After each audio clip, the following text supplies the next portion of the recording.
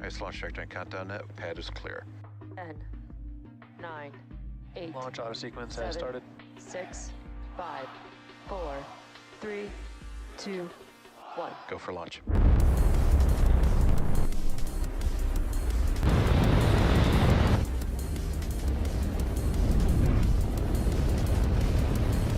Vehicle is supersonic.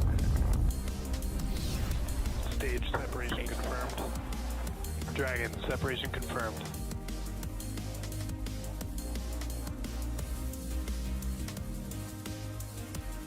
Stage 1 is transonic. Landing legs have deployed. And Falcon 9 has landed.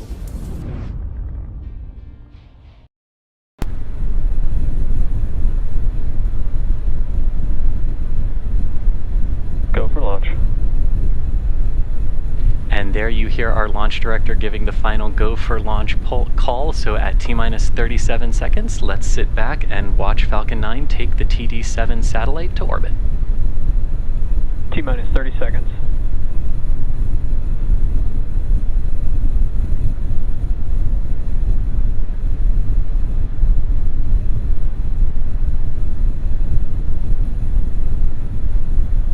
T-minus 15 seconds.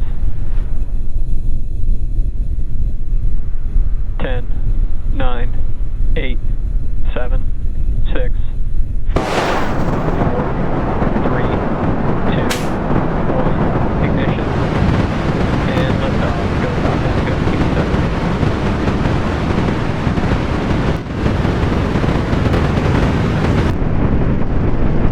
Vehicle pitching downrange.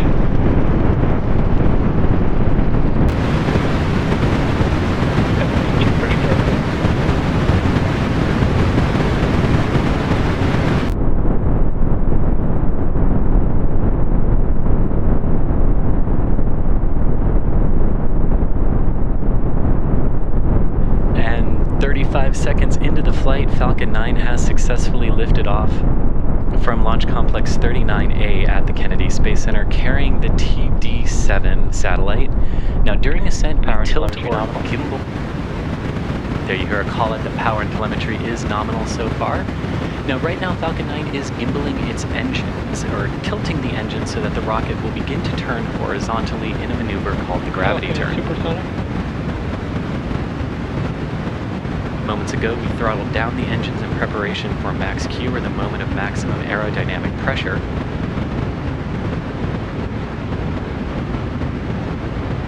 Max Q. And there you hear that call out for max Q, a critical moment during flight when the combined stresses caused by Falcon 9 accelerating through the atmosphere and the ambient static pressure are at their greatest. Now right now you can see Falcon 9 traveling just about 2,500 kilometers per hour. We are looking for approximately 27,000 kilometers per hour, or 17,500 miles per hour for our orbital velocity today. And you can track the progress to orbit by keeping an eye on the Stage 1 telemetry in the bottom left-hand corner of your screen. Now coming up shortly, we have several events that will happen in quick succession, including main engine cutoff, or MECO, stage separation, second engine start 1, or SES1, and fairing separation.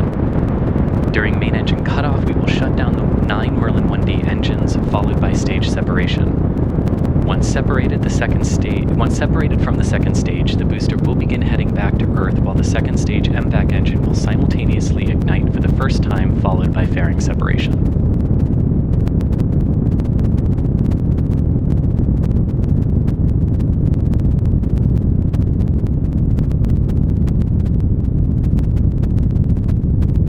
MECO. Stage separation confirmed.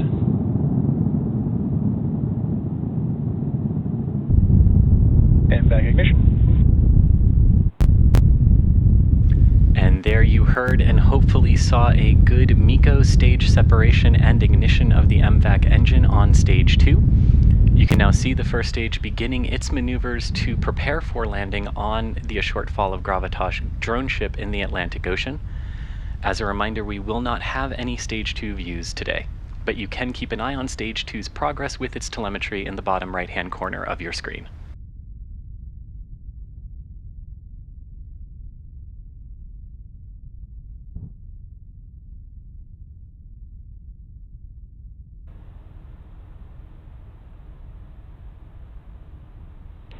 fairing separation confirmed.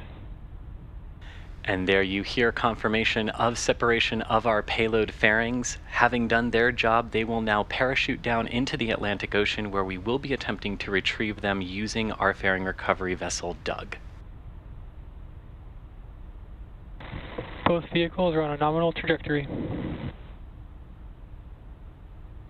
And a good call out there that both Stage 1 and Stage 2 are following their planned trajectories.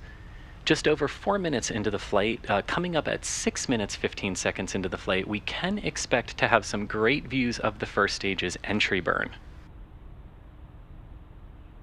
Now for this entry burn, we will relight 3 of the Falcon 9 first stage engines on the first stage, starting with the center E9 engine followed by the E1 and E5 engines.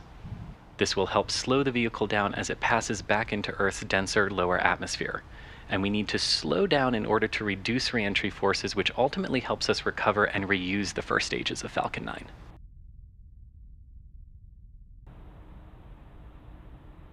And again, watching these views from the first stage, as the sunlight is hitting it in the upper atmosphere, you can see some of the ice particles coming off of the first stage, which is perfectly normal. Those flashes that you also see are the thrusters on Falcon 9's first stage, aligning it for the upcoming entry burn.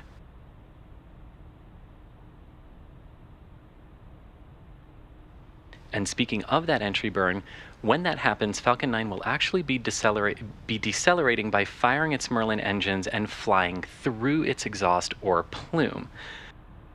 This causes a deposit of soot to be... This causes a layer of soot to be deposited on the vehicle's surface, which is why our flight-proven vehicles look the way that they do.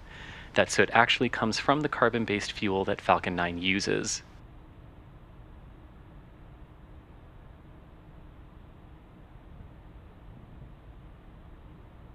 Both vehicles continue to follow a nominal trajectory.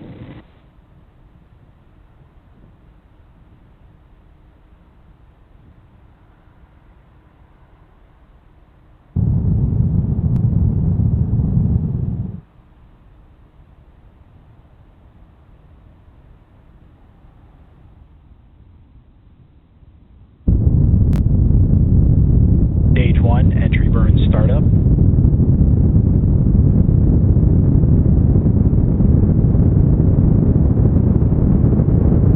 And there we can see a good start to our entry burn. FTS is saved.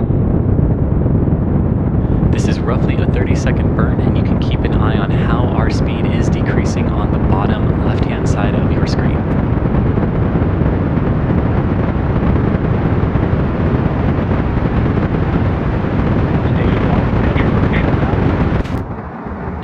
Had confirmation of entry burn shutdown. The Merlin engines that the first stage uses are optimized for sea level, producing about 190,000 pounds of thrust during ascent and descent. The MVAC engine on the Stage 2 is in terminal guidance. The MVAC engine on the second stage is actually optimized to fire in the vacuum of space, producing about 220,500 pounds of thrust. Coming up next will be the first stage landing burn, and as a reminder, we are targeting landing on our drone ship, a shortfall of gravitas. Stage 2 FTS is saved. Also continuing to hear the callouts for flight termination system safing on stage 2, a nominal call.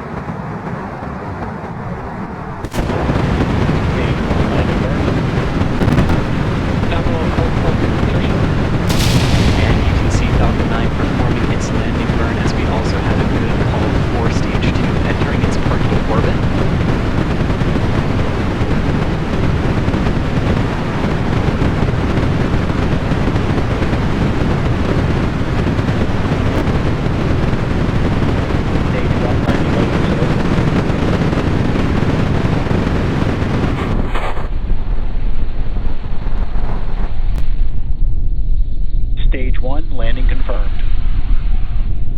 And there you have it, SpaceX's 369th landing and recovery of an orbital class rocket.